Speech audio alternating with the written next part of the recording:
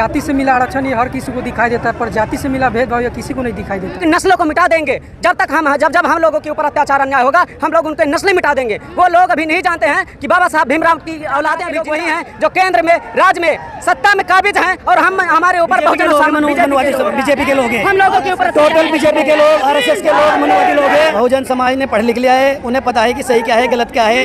हमारी लड़ाई सिर्फ मनुवाद से है। वाल्मीकि समाज में हमारा भाई है, वो भी एससी समाज से ही आते हैं, उनके लिए भी बाबा साहब ने उतना अधिकार दिया जितना हमें दिया है। ये जो सरकार इंसान वाली में कोई बात नहीं है, भूत वाली है, भूत ही दिख रहे हैं। अब ये रातों के भूत लातों से ही मानेंगे। प्राइवेट कॉलेजों में फीस इतनी बड़ी है, 3-3, 4-4 हज़ार रुपये महीना है, 5-5 हज़ार रुपये महीना है। हमारे लोग इतने आर्थिक रूप से मजबूत नहीं है कि प्राइवेट में संस्थानों में, प्राइवेट विद्यालयों में, प्राइवेट स्कूलों में उन्हें भेज सके। जी जो व्यक्ति हमें मुख्य धारा से काट करके रखा, जो व्यक्ति हर एक संस्थानों में हमें जाने से रोका, जो व्यक्ति अपने पास बैठाने से रोका, वो मरने के बाद क्या हमें जो है कि स्वर्ग पहुंचा देगा? संविधान को मानने वाले हैं, संविधान से छेड़छाड़ करोगे तो फिर जो है हमारा एक नियम है कि लड़ोगे तो लड़ेंगे, और अगर सही से समझोगे तो सही से आएंगे। मोदी जी की सरकार और सुप्रीम कोर्ट को तो मैं नहीं कहूँगा, क्योंकि supreme court is no supremo, supremo is constitution.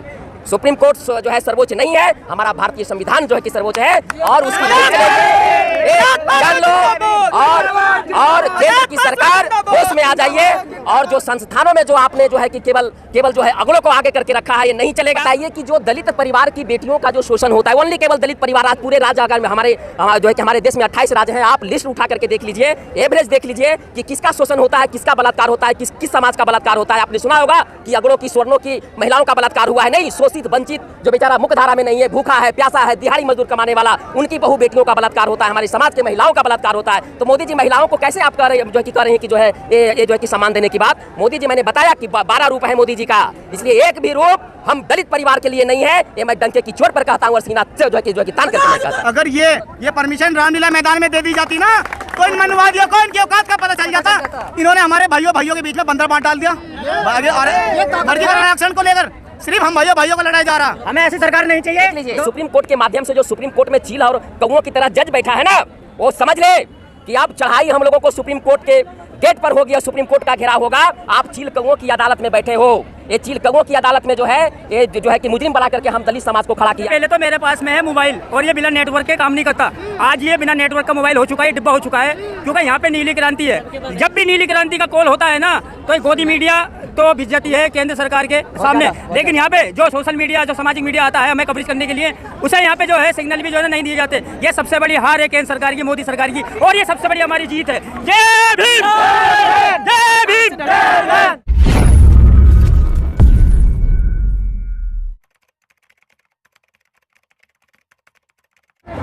जय भीम, नमो बुधाय। मैं सुमन बौद्ध है। आप देखना शुरू कर चुके हैं जुलाई 85। इस वक्त हम हैं इंदिरा गांधी स्टेडियम में। आपको जैसा कि बता दें, चंद्रशेखर बहुत बड़ा कॉल दिया गया था 21 सितंबर को लेकर। जी हाँ, जो SC/ST आरक्षण में जो वर्गीकरण करने की बात जो सुप्रीम कोर्ट से उठाई गई थी, उसी के विरोध में यहाँ पर जन सैलाब उमड़ा हुआ है। हमारे साथ कुछ लोग हैं, मैं इनसे जानना चाहूँगी कि ये कहाँ से आए हैं, क्या नाम है आपका? सचिन कुमार। कहाँ से हैं? सिवान बिहार से।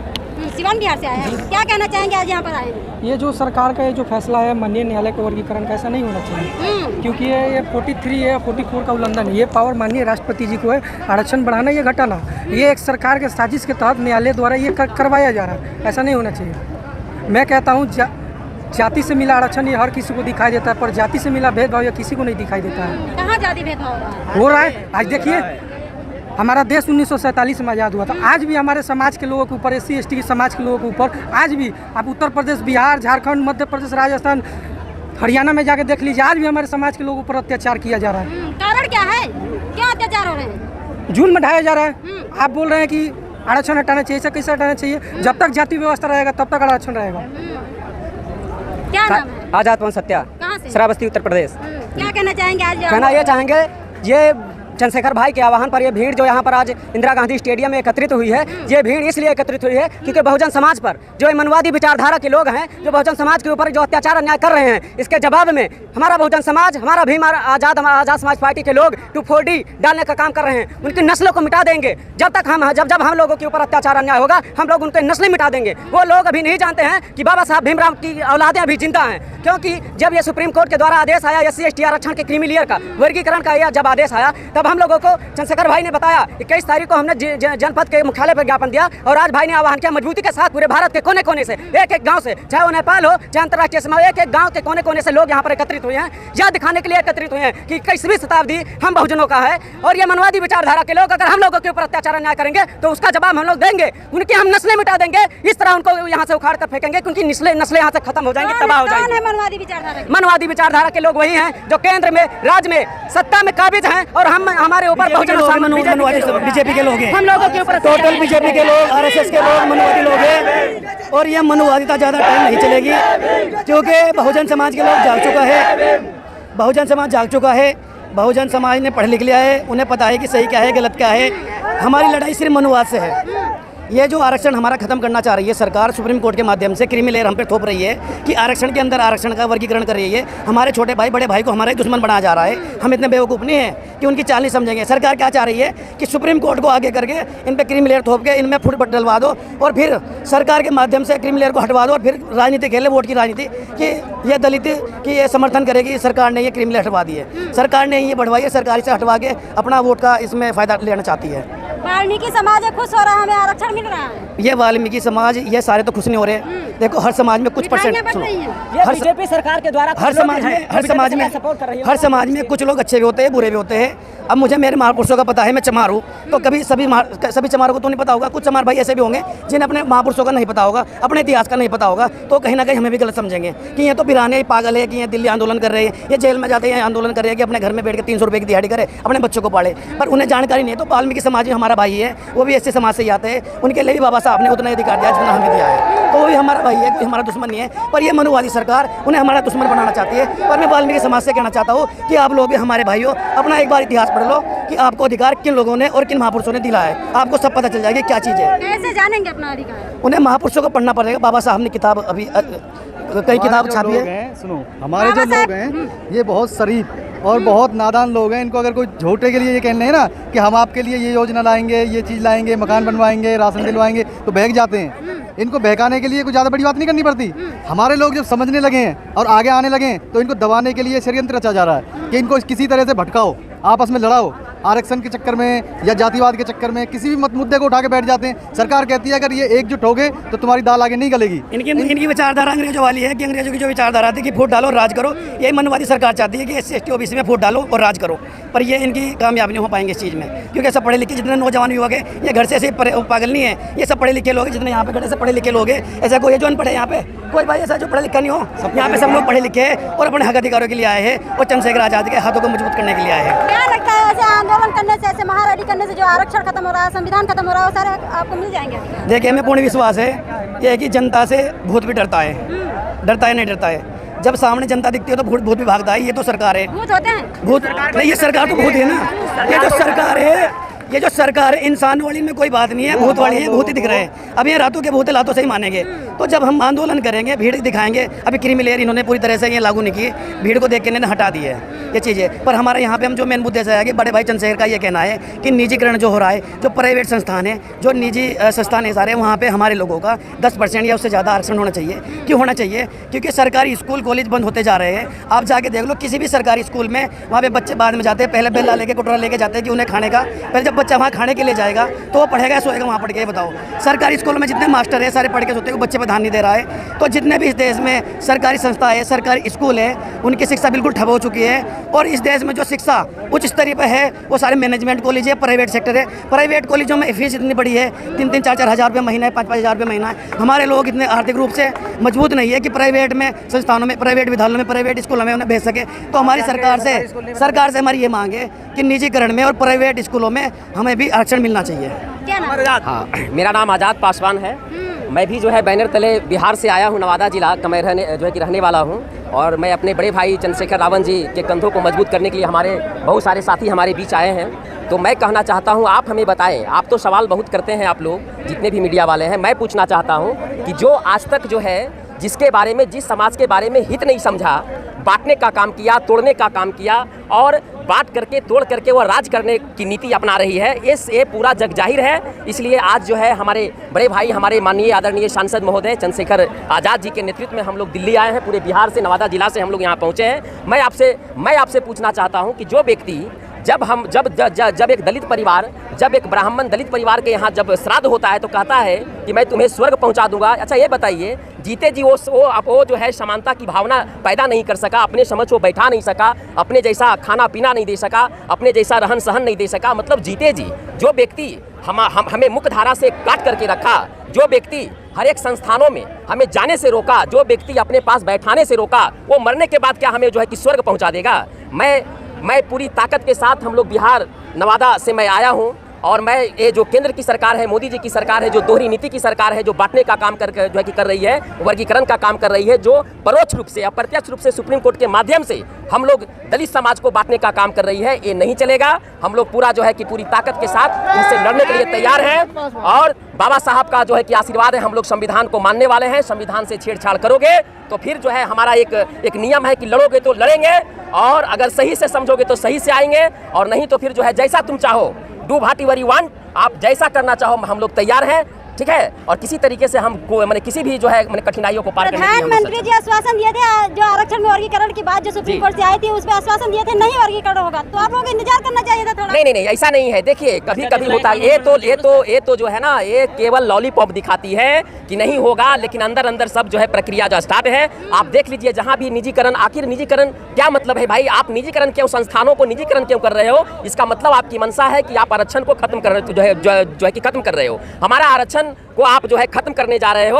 अच्छा ये बताइए कि हम लोग दलित समाज को जो है SC ST OBC जो है कि OBC को 27% जो है कि आरक्षण है, हम लोगों को मिलाकर के 21% जो है कि आरक्षण है। अब बताइए 27% OBC को मिलेगा, 16% से 21% हम लोग को मिलेगा, तो हम लोगों की लड़ाई जो है, हम लोग 73% में लड़ करके 16% में ले रहा हूँ। लड़ाई 73% में हमारी रहती है, लेकिन सीटें जो दी जाती है वो सिर्फ जो है 16% ही जो मेरा अधिकार है। लेकिन मैं कहना चाहता हूँ कि अगर जो है कि जनरल वालों को अगर EWS के तहत आर्थिक आधार पर आरक्षण दिए हो तो हमारा जो आरक्षण है उसको बरकरार रखो और इसी आधार पर आप जो है कि EWS की तरह 10% आरक्षण हमारे जो भी वंचित शोषित, अगर आपको लगता है कि मैं इनका कल्याण करूंगा, मैं इनको मुख्य धारा में ला करके खड़ा करूंगा, अगर आप में ताकत है, क्षमता है, अगर आप सही मायने में हमारा हितैषी हैं, सही मायने में अगर आप हम लोगों को जो है मुख्य धारा में ला करके जोड़ना चाहते हो, तो मैं मोदी जी की सरकार और सुप्रीम कोर्ट को तो मैं नहीं कहूँगा, क्योंकि supreme court is no supremo, supremo is constitution.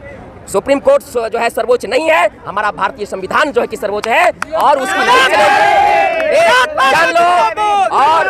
और केंद्र की सरकार होश में आ जाइए और जो संस्थानों में जो आपने जो है कि केवल जो है अगलों को आगे करके रखा है, ये नहीं चलेगा।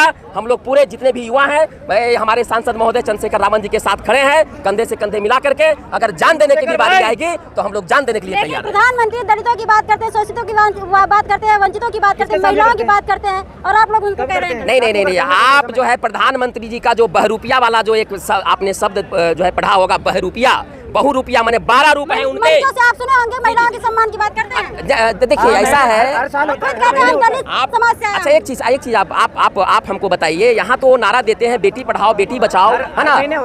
आप बताइए कि जो दलित परिवार की बेटियों का जो शोषण होता है, ओनली केवल दलित परिवार, आज पूरे राज्य अगर हमारे जो है कि हमारे देश में 28 राज्य हैं, आप लिस्ट उठा करके देख लीजिए, एवरेज देख लीजिए कि किसका शोषण होता है, किसका बलात्कार होता है, किस समाज का बलात्कार होता है। आपने सुना होगा कि अगड़ों की, स्वर्णों की, महिलाओं का बलात्कार हुआ है? नहीं, शोषित वंचित जो बेचारा मुख्य धारा में नहीं है, भूखा है, प्यासा है, दिहाड़ी मजदूर कमाने वाला, उनकी बहु बेटियों का बलात्कार होता है, हमारे समाज के महिलाओं का बलात्कार होता है। तो मोदी जी महिलाओं को कैसे आप कह रहे हैं कि जो है ये जो है कि सम्मान देने की बात? मोदी जी, मैंने बताया कि 12 रूप है मोदी जी का, इसलिए एक भी रूप हम दलित परिवार के लिए नहीं है। ये मैं डंके की चोट पर कहता हूँ और सीना जो है कि तान करके मैं कहता हूँ।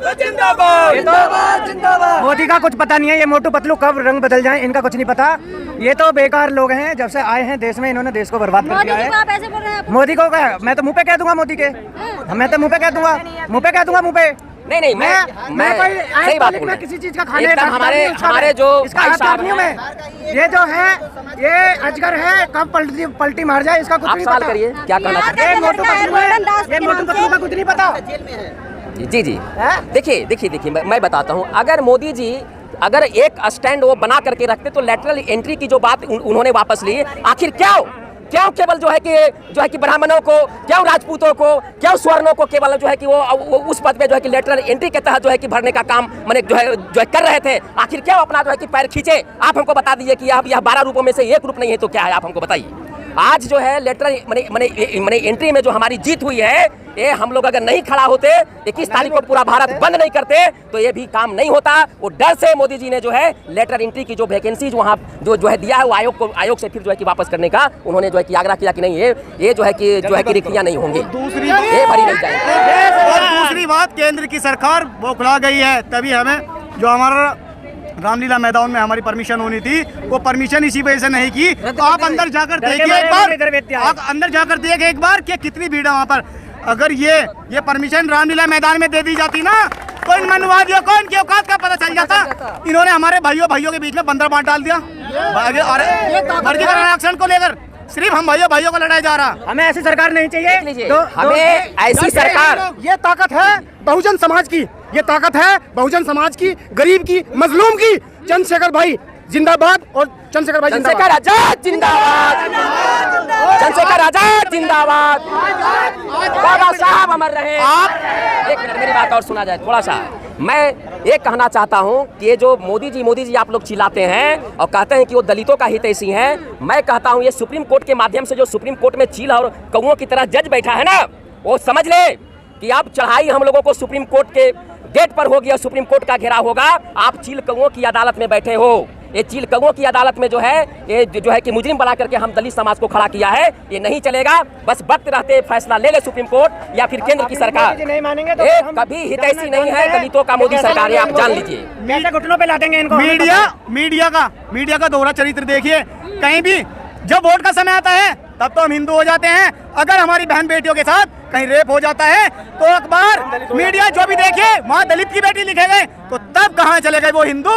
तब हम लोगों को अकेला क्यों छोड़ देते हैं वो लोग? क्योंकि वो डरते हैं हमारी ताकत से। ये ताकत देख रहे हैं ना, चंद्रशेखर आजाद भाई ने ये ताकत हमें ऐसी देर की, देख लो एक बंद मूर्ति कर दी। और अभी तो समय है, अभी देखिए जब जिस दिन केंद्र में चंद्रशेखर भाई आ जाएंगे, फिर देखिए इन मनुवादियों का सफाया कैसे होगा। मैडम मैं एक बात ये कहना चाहता हूँ, ये जो नीली क्रांति है ना यहाँ पे दिल्ली के अंदर इंदिरा गांधी स्टेडियम में 11 सितंबर का कॉल पे, मेरे महत्वपूर्ण एक बात है, इस बात सुन लो मेरी, कि सबसे पहले तो मेरे पास में है मोबाइल और ये बिना नेटवर्क के काम नहीं करता। आज ये बिना नेटवर्क का मोबाइल हो चुका है, डिब्बा हो चुका है, क्योंकि यहाँ पे नीली क्रांति है। जब भी नीली क्रांति का कॉल होता है ना, तो गोदी मीडिया तो भिजती है केंद्र सरकार के सामने, लेकिन यहाँ पे जो सोशल मीडिया, जो सामाजिक मीडिया आता है हमें कवरेज करने के लिए, उसे यहाँ पे जो है सिग्नल भी जो है नहीं दिए जाते। ये सबसे बड़ी हार है केंद्र सरकार की, मोदी सरकार की, और ये सबसे बड़ी हमारी जीत है। जय भीम, जय भीम। वो हमारी ताकत से डरते हैं। चाहूँगा आपके चैनल के माध्यम से, ये डर इस मनुवादी सरकार के साफ दिख रहा है कि इस सरकार ने आज पूरा दिन हो गया, आपको पता भी होगा कि नेट बंद कर दिया। ये नेट इसलिए बंद कर दिया कि सोशल मीडिया ठप कर दी कि जिससे कि यहाँ की खबर पूरे देश भर में ना चले जाए। पर ये तानाशाही मनुवादी सरकार को हम बताना चाहे कि नेट चाहे एक दिन छोड़, चाहे एक महीना खत्म कर दे, पर जो हमारे दिलों में आ गए और जो जज्बा है वो कभी खत्म नहीं होने वाला है। अगर ये तानाशाही सरकार ये चाह रही है कि सोशल मीडिया से ही सब चलेगा, ऐसा इनकी गलतफहमी निकाल देते हैं। हम अगर दिल्ली आना चाहते हैं तो हम पूरे देश में घूमना भी जानते हैं और रैली करना भी जानते हैं, जिससे घर घर जाके हम दिखाएंगे कि बहुजन समाज जाग चुका है। अगर ये तानाशाही सरकार अपने दिमाग में गलतफहमी भर के बैठी है ना कि सोशल मीडिया को ठप कर देगी और ये बहुजन को दबा लेगी, ये चीज़ हर किसी ने होने वाली है, क्योंकि बहुजन समाज जाग चुका है और पढ़ा लिखा है और अपने हक अधिकारों के लिए लड़ना जानता है। और हमारी लड़ाई जारी रहेगी। सवाल खत्म हो गया।